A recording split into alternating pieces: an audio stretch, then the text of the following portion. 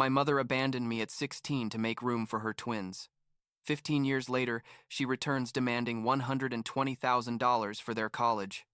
But when I refused, she stalked me at work and assaulted me at my building. And now she's arrested with a restraining order while I'm moving without telling anyone where I'm going. I'm 31 years old. I work in real estate. And I need to get this story off my chest, because what happened like 3 months ago basically forced me to get a restraining order against my own mother, and I'm about to move to a completely different city without telling anyone in my family where I'm going to be. And the craziest part of all this is that she was the one who abandoned me first, like 15 years ago. And now she's acting like I'm the bad guy for not giving her money. But anyway, I guess I should start from the beginning so this makes sense. My mom had me when she was 20, so like, super young, and my biological father literally disappeared off the map as soon as he found out about the pregnancy. I never met him, never knew anything about him, and honestly, I never cared because my mom and my grandparents made sure I didn't lack anything when I was a kid. We lived in a small house, nothing fancy, but it was our home, and I was happy. My mom worked at a bank as a teller and my grandparents lived like 2 blocks away, so basically the three of them raised me. On weekends, my grandpa would take me fishing or to the park, my grandma would make me cookies and help me with homework, and my mom would come home tired from work, but we always had time to watch movies together or play video games. We weren't rich, but we didn't lack anything either, and I thought we were a normal, happy family. Everything changed when I was like 8 years old, I think, or maybe I was 12. I don't remember exactly, but I was still in elementary school. My mom started dating Gregory, a guy who worked as a supervisor at a factory or something like that. At first he seemed fine, like normal. He wasn't mean to me or anything. He was just kind of quiet and we didn't talk much. They got married when I was like 12, in a small wedding in my grandparents' backyard, and I was the best man or whatever they call the son at weddings. Gregory moved into our house and things stayed relatively normal for a while, although I didn't spend as much time with my mom anymore because she was always with him. But I had my friends and school and my grandparents, so it didn't affect me that much. When I was 16, my mom got pregnant with twins. Twins. Can you believe it? And I was happy at first. I mean, I thought it would be cool to have little siblings, even if they were technically half-siblings, but things started getting weird like 3 months into the pregnancy. My mom started acting different toward me, like distant, and Gregory basically ignored me completely. I was in my senior year of high school, had like a 3.8 gigapascals or something, was applying to colleges, doing everything you're supposed to do, and suddenly my mom started saying things like I was going to have to get a job after graduating to help with expenses, that she wasn't going to be able to pay for my college anymore because the twins were going to need a lot of things. One day I came home from school and found all my stuff, and when I say all, I mean all of it, packed in boxes in the living room. My clothes, my books, my laptop, my posters, everything I had in my room was in boxes stacked by the door. My mom and Gregory were sitting on the couch and she told me, with the most serious face I'd ever seen on her, that they needed me to leave. That they were going to need my room for the twins. That they couldn't afford to support me and the babies at the same time. That I was practically an adult already and it was time for me to become independent. I just stood there with my school backpack still on my shoulder trying to process what was happening, and all I could say was, "But Mom, I'm still in high school. I have like 4 months until I graduate." And she just looked at me and said she was sorry, but they had to think about the twins' future now, that I was going to be fine, that I was smart and strong, and I was going to make it. Gregory didn't say anything at all, just sat there staring at the TV like I didn't exist. I tried to reason with her, told her I could get a part-time job, that I could help with expenses, that I just needed a place to sleep until I graduated, and then I'd go to college. But she had already made her decision. She told me I had until the end of the day to get my stuff out, and that my grandparents had agreed to take me in, that she had already talked to them, and that was it. My mom, the person who's supposed to protect me and care for me more than anyone else in the world, was kicking me out at 16 because she decided her new kids were more important than me. I called my grandparents crying from the house phone because my mom had canceled my cell phone plan like 2 weeks earlier, and I hadn't understood why until that moment, and my grandpa arrived in his old truck like half in Nutures. Hour later. He helped me load the boxes without saying much, just squeezed my shoulder as we loaded them into the truck, and I could see he was furious but trying not to show it for my sake. My grandparents set me up in the guest room, and my grandma made my favorite meal that night, homemade lasagna. And both of them told me I could stay as long as I needed, that my mom had lost her mind, but they were always going to be there for me. The next 4 months were probably the hardest of my life up to that point. I finished high school living at my grandparents' house, working at McDonald's part-time after school to save some money, and dealing with the constant feeling that something was fundamentally wrong with me if my own mother had decided she didn't want me anymore. My grandparents did everything they could to support me. My grandma went to all my school activities like she always had. My grandpa drove me to and from work when he could, and they basically became my full-time parents. My mom didn't go to my graduation. She didn't even send me a card or a message. The twins were born like a month before my graduation, and, according to my grandparents, who still talked to her occasionally, she was too busy with the babies to even think about me. I managed to get into a state university with a partial scholarship and a bunch of student loans. My aunt, my mom's sister, offered to co-sign the loans because my grandparents were already retired and living on their pension, so even though they wanted to help me financially, they didn't have the necessary income to qualify as co-signers. I remember the day I signed all those loan papers, watching the numbers go up and up, thinking about how I was going to be paying this debt for decades, and feeling a mix of gratitude for being able to go to college and deep resentment toward my mom for putting me in that situation. Other kids in my class had their parents helping them with tuition, or at least giving them a place to live during the summer, without charging them rent, and there I was, basically alone, trying to figure out how I was going to survive the next 4 years. College was tough. I worked 2 part-time jobs, one at the campus library and another at a restaurant on weekends, while taking full-time classes. I lived in the cheapest dorm I could find with 3 roommates in a space designed for 2 people. Ate basically ramen and whatever I could get free at campus events, and spent my summers working full-time instead of doing unpaid internships like many of my classmates. But I finished my finance degree in 4 years, graduated with honors even, and got an entry-level job at a small real estate company, doing basically administrative work and assisting agents with their transactions. The first few years after graduating were kind of a blur, honestly. I lived in a studio apartment that cost like 60% of my salary, ate as cheaply as possible, paid the minimum on my student loans, and basically just existed, you know. I didn't have money to go out with friends. I didn't have money for dates. I definitely didn't have money for therapy even, though I probably needed it. But I worked hard, arrived early, stayed late, learned everything I could about the industry, and after like 3 years, my boss offered me the opportunity to become a junior agent with them. I took the classes, got my license, and suddenly I was earning commissions in addition to my base salary. Things started improving little by little.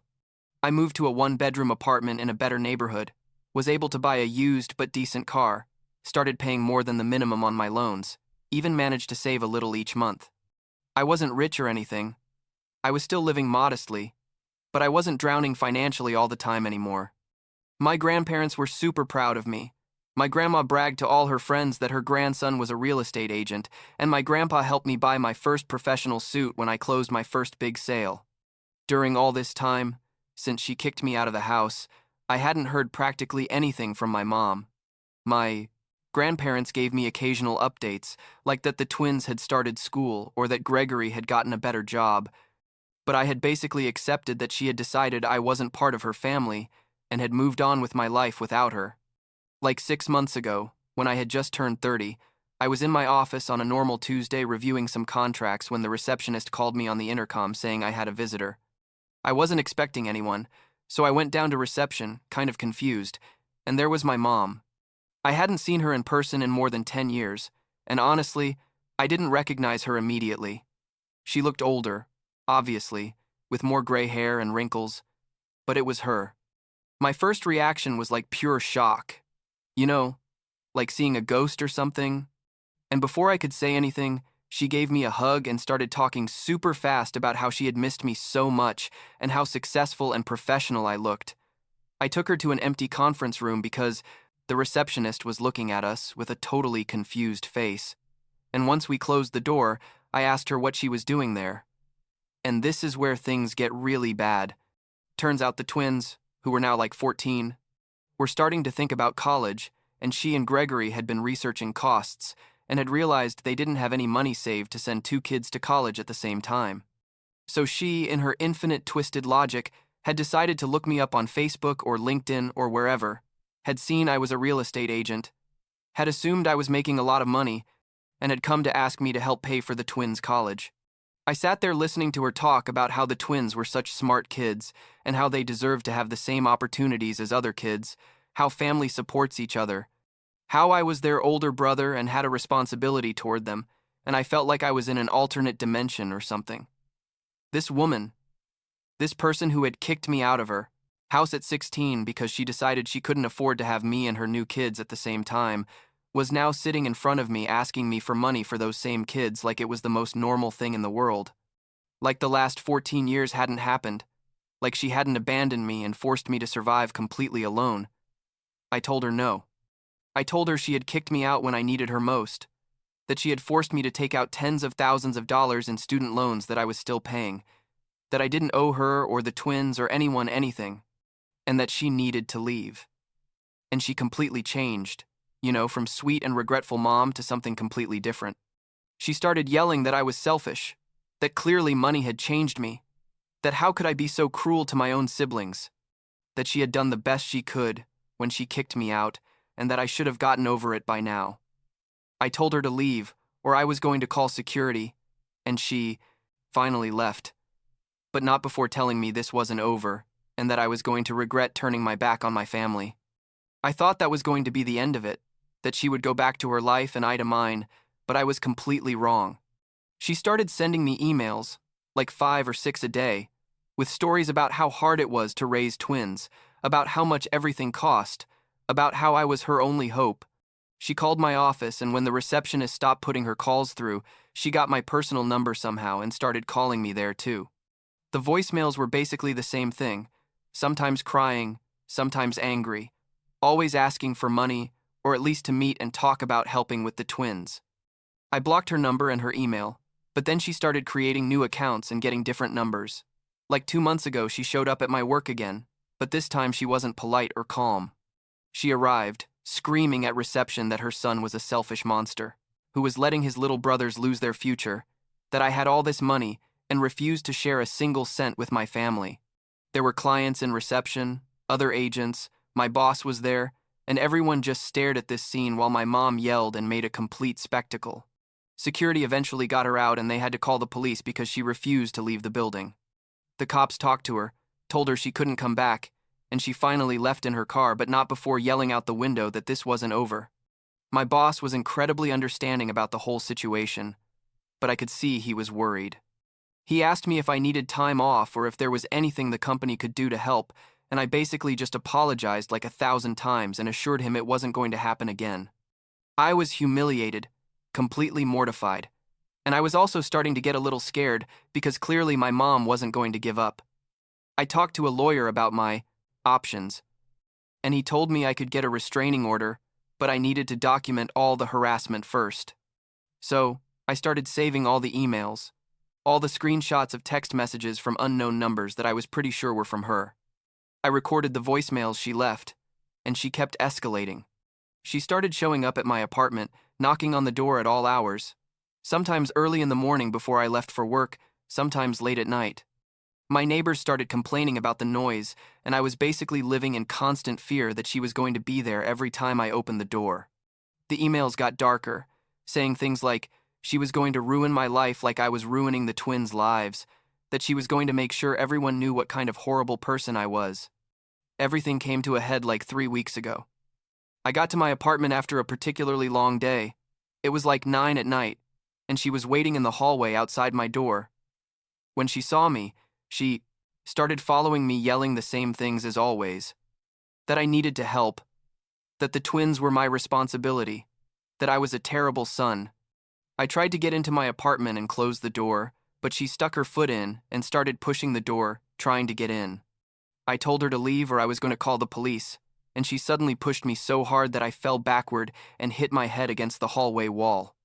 It wasn't a gentle, accidental kind of push. It was a hard and deliberate push. And for a moment, I was completely stunned there on the floor. My neighbor next door, an older guy who had always been nice to me, came out when he heard the noise and saw what was happening. He was the one who called the police while my mom kept yelling at me from the hallway. And when the cops arrived, I had a bump on the back of my head, and my neighbor explained everything he had seen to them. They arrested my mom for assault, arrested her right there in my building, while all the neighbors watched, and I sat in the hallway feeling numb, and like all of this was some kind of surreal nightmare. I went to court the following week with my lawyer and the whole file of documentation I had been compiling of the harassment, the emails, the voicemails, the police report from the incident at my work, the police report from the assault. The judge granted me the restraining order without much discussion, basically prohibited my mom from contacting me in any way or approaching me, my work, or my home for any reason. She was there in court with Gregory, and all I can say is that the look she gave me when the judge read the order was pure hatred. Not sadness, not regret, just absolute hatred, like I was the villain in this whole story. Since then, I've been making plans to move. I don't want to be in the same city as her. I don't want the constant stress of wondering if she's going to violate the restraining order. I don't want to live in fear. I found a job at a real estate agency in another city like 3 hours from here, better paying even, and I'm leaving in 2 weeks. My grandparents are sad that I'm leaving, but they understand. My grandma cries every time I go visit them, but says she just wants me to be safe and happy.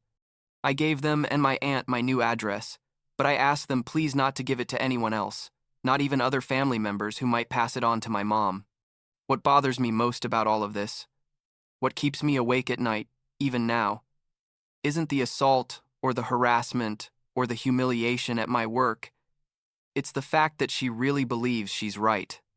In her mind, I'm the terrible son who's being selfish with his siblings, not her being the mother who abandoned her teenage son when she decided her new kids were more important. She's never admitted that what she did 14 years ago was wrong. She's never apologized. She's never shown even an ounce of remorse. And part of me, the 16-year-old part that was betrayed by the only person, who's supposed to always be there, still wants to hear those words, still wants her to admit that she hurt me. But I know it's never going to happen. The twins are going to turn 15 soon, and they're probably going to have to take out student loans like I did, or look for scholarships, or work during college, or do whatever millions of other students whose parents can't pay for their entire education do. And that's not my problem or my responsibility, no matter how much my mom tries to make me feel guilty about it. I didn't ask to be born. I didn't ask for my biological father to abandon us. I didn't ask for my mom to kick me out when I was a minor, and I definitely didn't ask to have half-siblings. I built my life from scratch, basically, with the help of my grandparents and my aunt, and nobody gave me anything. Sometimes I wonder if the twins even know this whole story, if they know they have an older brother who was kicked out of the house to make room for them. My mom has probably told them some edited version of events where I'm the bad guy who decided to leave and abandon the family. Or maybe she's never talked to them about me at all. Either way, they're not responsible for the decisions our parents made, and I don't hold a grudge against them specifically. But they're also not my problem or my responsibility, and I'm not going to let my mom manipulate me into thinking otherwise. My new job starts in 2 weeks. I'm going to be working with commercial properties mainly. It's a step up in my career, better salary, better commissions, in a city where I don't have any history or any associated trauma. I packed up my entire apartment last weekend, and most of my stuff is already in a storage unit waiting for the move. My grandparents are going to visit me once I get settled, and I already talked to my new boss about the situation with my mom, just so he knows there's a restraining order and to contact the police immediately if she shows up looking for me. It's sad that I have to live like this, looking over my shoulder all the time, but it's better than staying in a place where she knows where to find me. The restraining order is valid for 2 years initially, and my lawyer says I can renew it if necessary when it expires. Part of me hopes that in 2 years, she'll have moved on and dropped this issue, that she'll have found another way to pay for the twins' college, or they'll have decided not to go to expensive universities or whatever. But another part of me, the more realistic part, knows she's probably going to keep blaming me for everything and will keep trying to contact me if she has the chance. That's why I'm not going to give her that chance. My new city, my new address. my new job. Everything is going to be a well-kept secret, and I'm finally going to be able to live without the constant fear that she's going to show up at my door, demanding things I don't owe her. Yesterday, I went to dinner with my grandparents one last time. Before moving, my grandma made lasagna again, the same one she made the night I moved in with them 15 years ago, and the three of us sat in their little kitchen eating and talking about the future. My grandpa told me he was proud of me for standing firm and not letting my mom manipulate me, and my grandma just hugged me for what felt like 5 minutes while crying on my shoulder. I promised them I'd visit often and call them every week, and they made me promise I was going to be safe and be happy in my new life. When I left that night and saw them standing on the porch saying goodbye, I realized that they are my real family. They are the people who were there when I needed them most. Not my mom, who only showed up 15 years later when she decided I owed her something. I don't know what's going to happen in the future. I don't know if my mom is going to respect the restraining order or if she's going to try to find me in my new city. I don't know if I'm ever going to be able to have a completely normal life without this weight of the past always there in the background. But what I do know is that I did the right thing by establishing boundaries and protecting myself, even if that meant getting a restraining order against my own mother. And I know I don't owe anything to anyone just because we share blood, especially not to someone who demonstrated a long time ago that I wasn't a priority for her. I'm starting over in 2 weeks, in a new city, with a new job, and this time nobody from the past is going to know where I am or how to contact me. And honestly, for the first time in a long time, I feel like I can finally breathe.